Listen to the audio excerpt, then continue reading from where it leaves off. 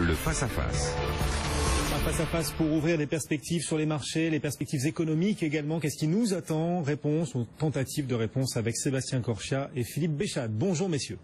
Bonjour. Philippe Béchade, rédacteur en chef pour la Bourse au quotidien, le président des Éconoclastes, et Sébastien Corchia, directeur des gestions actions de Mescart AM. C'est ça, hein, c'est pas ça. J'avais pas écrit le AM, j'étais pas sûr, mais c'est bien ça. Les marchés. Tiens, d'un coup, là, il gagne 1% aujourd'hui sur le CAC 40 après avoir végété, voire reculé ces derniers jours autour de l'investiture de Donald Trump. D'un seul coup, plus 1%. Comment vous l'expliquez, ce rebond? Alors, on l'explique, hein, il y a des nouvelles, notamment que les démocrates ont l'air d'être sympathisants, on va dire, avec le plan d'infrastructure de Donald Trump. Bon, c'est de l'information, c'est pas ça qui fait la tendance à mon avis.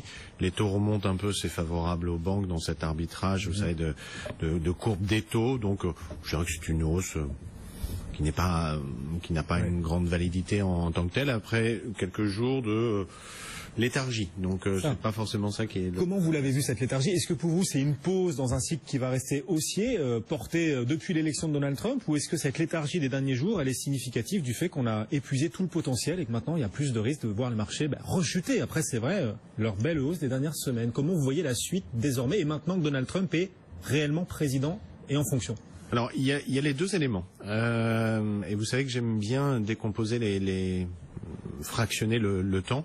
Je pense que si on se projette à horizon de 6-9 mois, on a, une fois de plus, toutes les raisons que les marchés progressent et progressent significativement. Et je dis bien 6-9 mois. Je continue de dire, je l'ai déjà dit, et que la deuxième partie de l'année ou la dernière partie de l'année sera très compliquée.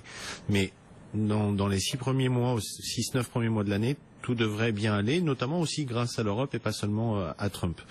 Dans le très très court terme, là les jours où on a et peut-être devant nous, on peut avoir, comme on l'a eu, et peut-être de manière un peu plus amplifiée, un petit peu d'essoufflement Trump. Je le verrai bien au mois de février. Les techniciens qui suivent l'effet, la courbe, il y a une courbe comme ça qui montre post-élection ce qui se passe. Et ils disent, sur des marchés un petit peu tendus, on le voit, qu'effectivement on va avoir là au mois de février une respiration un peu plus logique. Ça pourrait venir des républicains qui vont montrer qu'ils ne sont pas d'accord sur tout. Parce que c'est bien gentil les histoires de... Donc je suis positif, mais à court terme, très court terme, je suis un petit peu plus prudent. Parce que c'est bien gentil ces histoires de je signe des décrets, etc. Moi, ça me donne l'impression de quelqu'un qui, tout seul dans son bureau, signe un décret, puis on a l'impression qu'il va se passer plein de choses et le marché joue. Je vous rappelle, si vous ne le savez pas, quel est le seul décret de ordonnance qu'a voté avant Obama. Avait écrit Obama à son époque, il en avait fait qu'un. C'était la fermeture de Guantanamo. 8 ans après, c'était toujours pas fermé.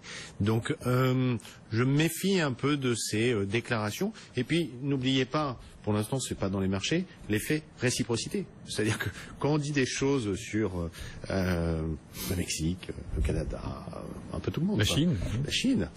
Il faut s'attendre à un moment, un petit retour de porte, je pense. Ce sera des choses comme ça qui vont permettre de s'ajuster. On sait que Donald Trump, bon, il a ses spécificités, c'est aussi un négociateur, donc à mon avis, il s'attend à un moment ou à un autre et il pousse le plus loin possible pour revenir un peu sur une sorte de moyenne. On verra. Je suis positif encore une fois. Par contre, sur le court terme, je n'ai pas trop envie de pousser le bouchon et d'être dans cette journée Another Day in Paradise aux États-Unis, parce que ça me donne un peu cette impression-là. C'est Wall Street qui a touché hier de nouveau plus haut. Justement, Philippe, comment vous l'apercevez cette période là dans laquelle on entre? Donald Trump qui signe des décrets tous azimuts pour montrer sa volonté, peut-être face au Congrès, montrer qu'il est le plus fort, j'en sais rien, et les marchés qui restent relativement circonspects quand même. Ils ont cessé d'être circonspects hier, puisqu'on a de nouveau commencé à enchaîner des records historiques en séance, en clôture, et notamment sur le VIX, l'indice du stress et de l'incertitude retombé à 11 contre un plancher historique, je le rappelle, de 10,90. Autrement dit, l'avenir n'a jamais été aussi limpide et radieux pour Wall Street. Alors, hier soir, j'ai écouté des commentaires des traders. C'était coup de cloche final. Tout le monde célébrait le nouveau record. Alors peut-être que dans l'euphorie, certains ont peut-être moins contrôler leur langage formaté. Alors ça donnait ça. Alors on est content, hein. Et pourquoi ça montait comme ça? On a eu des bons résultats, hein. Alors le journaliste qui fait son travail dit Bah, je sais pas, là, on a eu 2 bons, 2 mauvais, enfin, en gros, c'était pas flagrant, quoi, que c'était vraiment des très bons résultats aujourd'hui. Oh, puis on en avait marre, le trader a dit, ouais, puis, bah, de toute façon, c'est simple, il n'y a pas d'alternative, il n'y a que les actions. Bon bah voilà, on y est. Il n'y a pas d'alternative, mais on le sait depuis très longtemps. Alors après ça, pourquoi est-ce que le marché monte en marche d'escalier? Bah tout simplement parce que tous les 6 semaines, on a une espèce d'effet catch-up. C'est-à-dire qu'en fait, les banques centrales, elles déversent de l'argent, Angleterre, Japon, BCE. Alors l'argent s'accumule. Alors dans un premier temps, on réorganise les portefeuilles, on digère. Et puis l'argent recommence à s'accumuler. Il vient pas des profits des entreprises, naturellement. Je ne prétends pas ça. Mais l'argent s'accumule, et puis à un moment, ça déborde, alors les marchés, ils montent d'une marche, et puis une fois qu'on a regagné 4-5%, on est reparti pour 6 semaines de consolidation à l'horizontale, et puis quand ça remontera, on vous trouvera encore n'importe quelle excuse bidon pour vous expliquer pourquoi ça monte, mais je vous dis, hier soir, le trader, il a tout dit, mais il n'est pas le seul, c'est que lorsqu'on les pousse dans leur dernier retranchement, ils finissent tous par vous dire la même chose, il n'y a pas d'alternative. Et donc, plus les taux vont monter, plus les actions seront incontournables, c'est comme ça que vous le voyez? En gros, quand on dit que les taux montent, ça réduit la prime du risque des actions. Puis maintenant, on vous explique que l'argent qu'on retire des obligations, faut bien en faire quelque chose. Donc on en revient toujours à il n'y a pas d'alternative.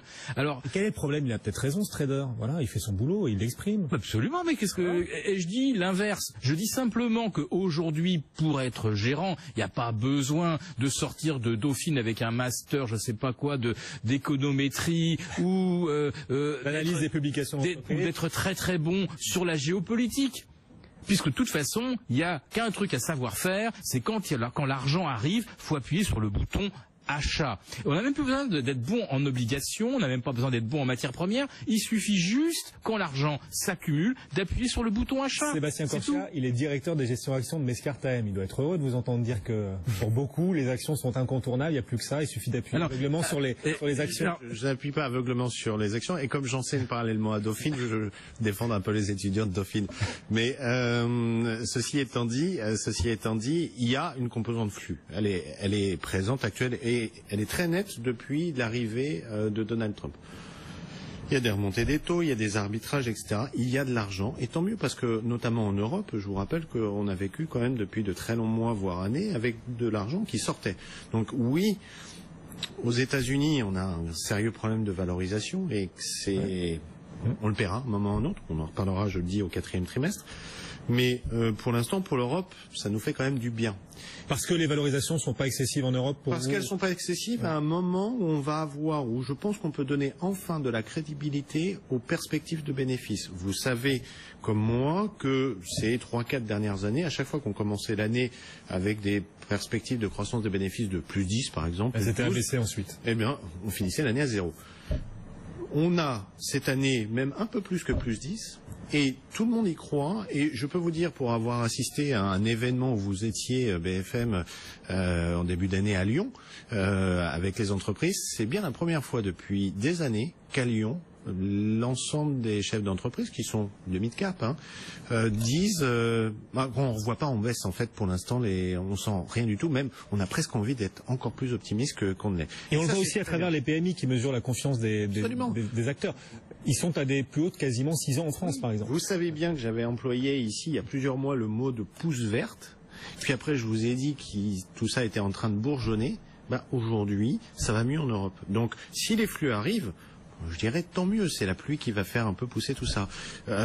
Et en plus, ça tombe bien, on a un compartiment en Europe qui s'appelle la value, qui a été complètement délaissé. Les valeurs décotées. Valeurs décotées, puis valeurs cycliques, valeurs bancaires aussi. On va les mettre tout ça dans le même panier. Où moi je pensais encore, même jusqu'à hier, que finalement les gérants en avaient, puisque nous-mêmes on en a. Et non, en fait, je me rends compte en discutant de droite à gauche avec des gens de la place, d'autres gérants, que vous avez des maisons encore qui sont en train de regarder, par exemple, les banques.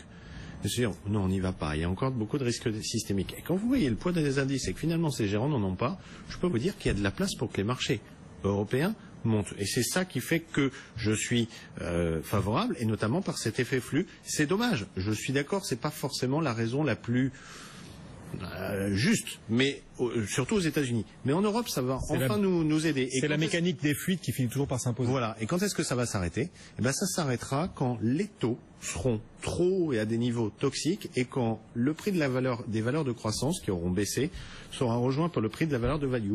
Et quand vous pourrez acheter de la croissance au prix de la value ou de la value au prix de la croissance, vous aurez à ce moment-là un sérieux problème. Allez, petit regard sur les marchés, on poursuit ce face à face. De BFM Business.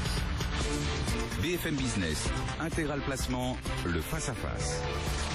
La suite avec Sébastien Corchia pour Mescart AM et Philippe Béchat pour les Éconoclastes et la bourse au quotidien. Philippe, l'Europe, les fondamentaux, ils tiennent là pour l'instant malgré tous les risques qu'on évoque depuis des mois, y compris les risques politiques en Europe, la sortie du Royaume-Uni. Pour l'instant, les indicateurs de confiance et même de croissance en Europe tiennent et on a un discours des entreprises qui reste relativement confiant. Est-ce que ça pourrait pas justifier une reprise du rebond du cycle haussier sur les marchés européens? Je reviens pas sur ce que vient de dire Sébastien. C'était fort bien dit. Maintenant, est-ce qu'on écoute ce que nous dit Monsieur Trump? Vous avez bien compris qu'il n'y aura pas de pitié pour les concurrents des États-Unis. On voit bien, le traité transpacifique, il est dénoncé. Alors ça, c'est plutôt bon pour la Chine, parce que c'était la seule qui était exclue. Mais regardez l'ALENA, on a bien compris que ça va être renégocié dans l'intérêt des États-Unis. Et j'imagine que le TAFTA qui était en train de se discuter, de se négocier derrière les portes capitonnées, Donald Trump l'aurait certainement trouvé beaucoup trop favorable aux entreprises européennes. Donc ça, le risque économique et Monsieur Trump, je pense que ce n'est pas que du discours, ce ne sont pas que des effets d'annonce. Les décrets qu'il vient de signer prouvent qu'il va vraiment mettre à exécution ce qu'il a dit. L'écologie, il s'en fout. Alors boum, on remet Keystone.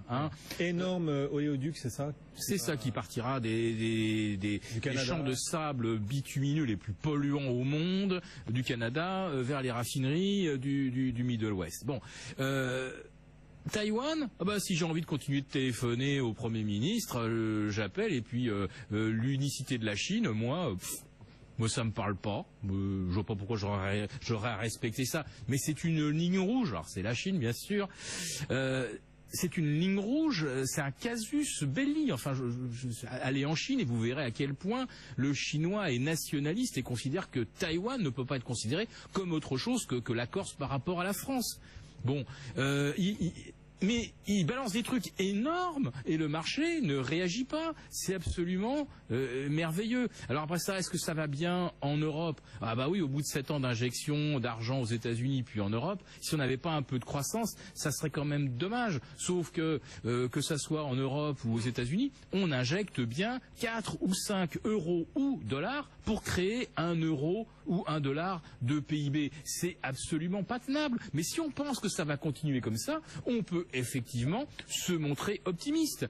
Si on continue, oui, il a raison Sébastien, on sera optimiste, on va avoir un certain soutien jusqu'à ce que Trump quand même, il nous en mette un bon coup. Et il l'a dit, il va le faire, mais on ne l'écoute pas. Et puis on va suivre les échéances politiques, élections françaises, bien sûr, le Brexit aussi lorsqu'il entrera en vigueur. Tout ça, ça peut en effet créer un risque sur l'Europe. Quelle allocation vous nous dites qu'il y a un risque sur les États-Unis en fin d'année, moins sur l'Europe, donc privilégier l'Europe, on l'imagine pour Mescart cette année. En fin d'année, il y aura un risque pour tout le monde. Et en fait, ça sera une histoire de taux qui sera arrivée notamment aux États-Unis à des niveaux toxiques et des valorisations qui seront plus justifiées, une inflation qui sera présente.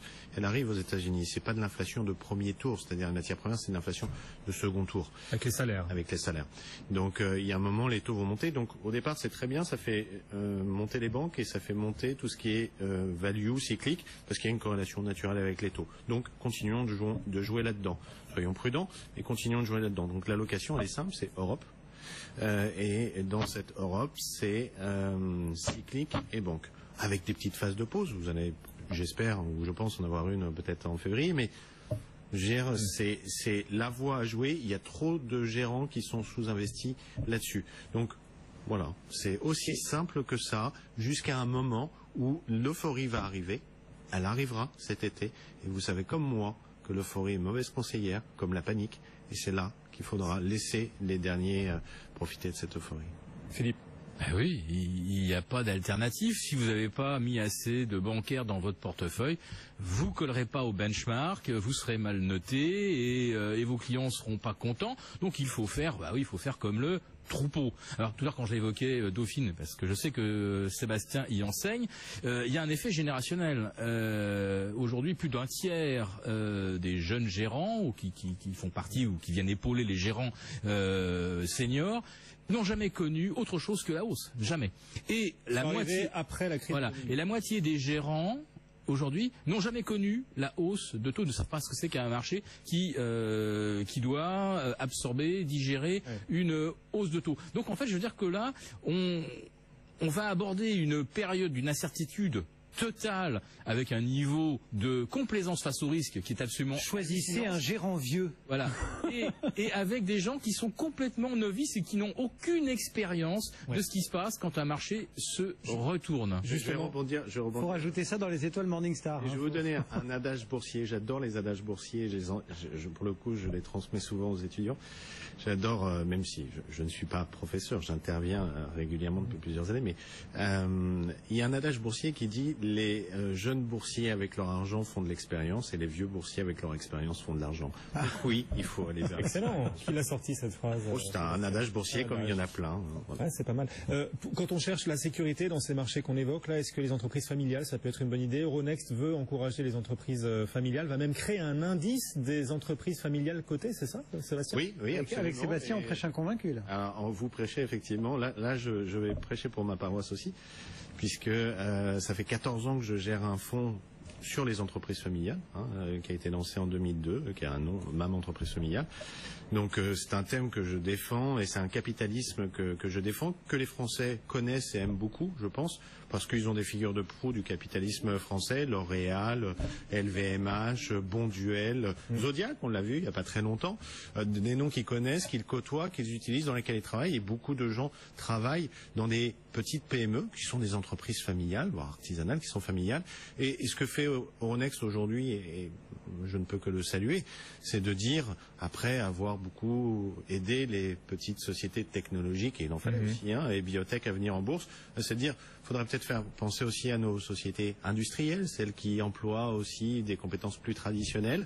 Et il y a un très beau tissu en France, Euronext va les aider. Il va y avoir un indice, mais il va y avoir aussi une sorte de compartiment. J'en suis ravi, moi qui vais piocher tous les jours des idées dans ce type de compartiment. Les entreprises familiales, donc aussi pour sécuriser, pourquoi pas, une partie de vos investissements. Merci à tous les deux, c'était le Face à Face. Philippe Béchade, les Éconoclastes, la Bourse au quotidien, et donc